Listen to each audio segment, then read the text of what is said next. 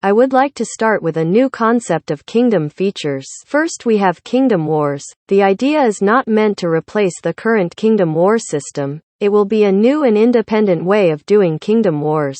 So how it will work, when you create a kingdom you will now have to place a kingdom castle. That is going to be a new structure. Kingdom castles will be public buildings, and in order to actually place a castle you have to control the area. But after placing the castle, even if you lose control of that area, the building will not disappear.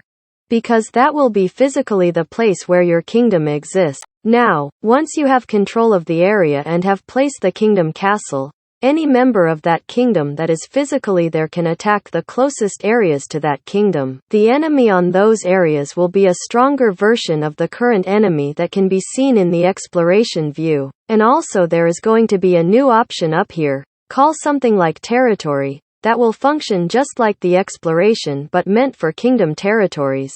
Once the territory is taken, the player or players that took control of that place will be the defenders of that same territory, very similar to the current control system. However, the same player cannot defend multiple territories. That will be important to prevent a possible exploit of the system. More on that later. Also, the resources shown here will be given to the kingdom and not to the player. Again, more on that later. Any player that attacks a territory will have a 1-hour cooldown. The idea is to promote the recruitment of people from your own town if possible, and hopefully invite new people to play the game and take control of your town or city.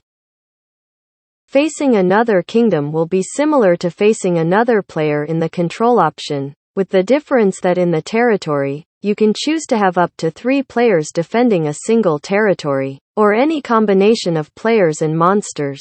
The monsters that can be placed in territories to defend need to be created in the new kingdom castle, and they will cost a mix of kingdom gold, orns and resources. Resources that you get from controlling areas of the map. That's why you would want to sometimes invest up to 3 players to defend a single important territory. Also, kingdom members can only attack territories close to the ones your kingdom has control of, meaning that in order to launch an attack to another kingdom, your kingdom physically needs to advance as a unit taking territories, and deciding who will face each enemy along the way. All of this is to prevent a single player from taking control of a town or city on their own, as their character will not be able to defend all territories and will only be able to attack once every hour. While a kingdom with multiple people, even if they are not very strong, they can launch multiple attacks from many different places of the map. Although that system would work with the way the zones are created at the moment, I think there is a better way of generating zones on the map. My idea is to first make every zone take these shape.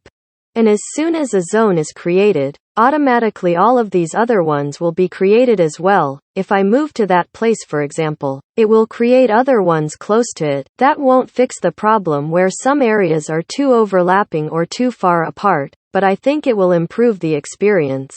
Like I said, the kingdom territories can work just fine with the current system. This is just an idea that could be a bit better. Now, returning to the kingdom, how are we going to use the new resources?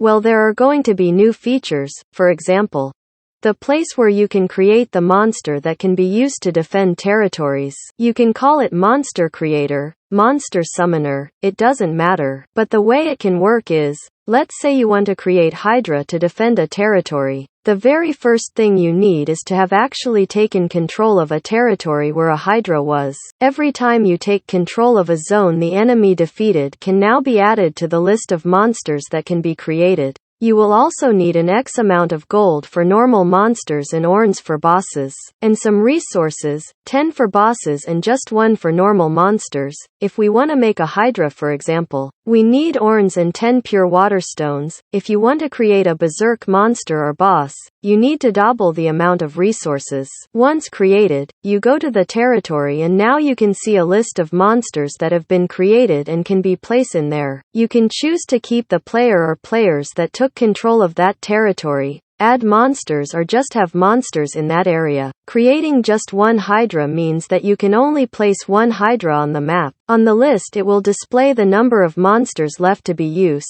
and any combination can be done. Also, if an enemy player defeats one of your monsters, it will be lost. That's to promote the importance of some areas due to the resources that are given. But some areas can also grant weapons and armor. To use them, a kingdom store can be added. The kingdom store will not refresh like the normal ones. It will have all the armors and weapons that it gets from controlling the territories that give them. But unlike the way a player receives the weapons or armor, the kingdom will get one for every tier depending on the level of the kingdom. For example, a level 1 kingdom that took control of one of those territories will get one item for each tier, up to tier 3, all random qualities. A level 20 kingdom again will only get one item for each tier, but up to tier 10. The store can be made only for kingdom members or public, and 10% of the cost of the items sold will be given to the kingdom as kingdom gold. A kingdom leader can also choose to add some of the other resources collected to the store. Another feature can be a monster arena,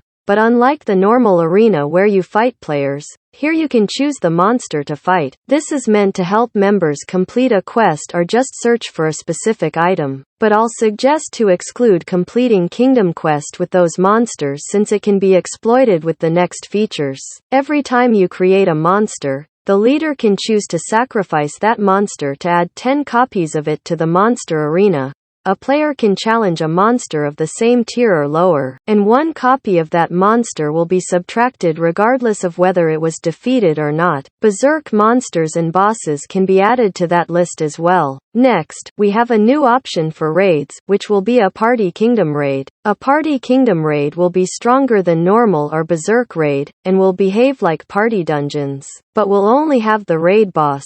A maximum of 4 players can enter at the same time, and reward calculations will be given as if the 4 players dealt the same amount of damage. The idea is to promote the use of healers, tanks and teamwork in general. Even though a single player can attack the party raid, it probably won't last long due to the high difficulty. That raid will also provide a significant quantity and quality of items, but it may take longer to defeat. Also, normal raids and party raids can be started independently. Next we move on to the Kingdom Quest. Kingdom Gold and Kingdom Orns can be used to post a new quest. The price will depend on what the kingdom wants the player to get. Example, the kingdom purchase with Kingdom Orns, the request of 3 pure water stones. The game now creates a quest for the players. New quest, find pure water stone, defeat 1 Hydra, defeat 2 caster. When the player completes the quest, they will receive a % of the price the kingdom paid for it, and the kingdom will get the 3 pure water stones. There will be no limit to the number of quests the kingdom can request, but they can get more expensive as they are requested. The price will reset every 24 hours. Defeating monsters on the monster arena will not count to prevent exploits. Now we move to the options. A new set of permissions will be added there for the new features, or a new option can be added to create up to 5 or more additional player tiers. Each tier can be customized. Instead of selecting the permissions for each player, a customizable option will be added for each tier and the kingdom leader can organize players based on that. At last, a new feature for banners. A kingdom leader can now buy the option to create a custom banner by uploading a small file equivalent in pixel size of the current in-game designs. Since the feature won't affect gameplay, it can only be purchased for real money and will be in the rune shop, hopefully bringing a little more money into the game. Once purchased, the kingdom leader can only upload a new file every 24 hours, to prevent any type of trouble to the game servers. If the ideas were helpful, let me know. I still have more for classes, specializations, potion crafting, armor and weapon upgrades, and a new type of sprites that may be a little more expensive but I think people will like.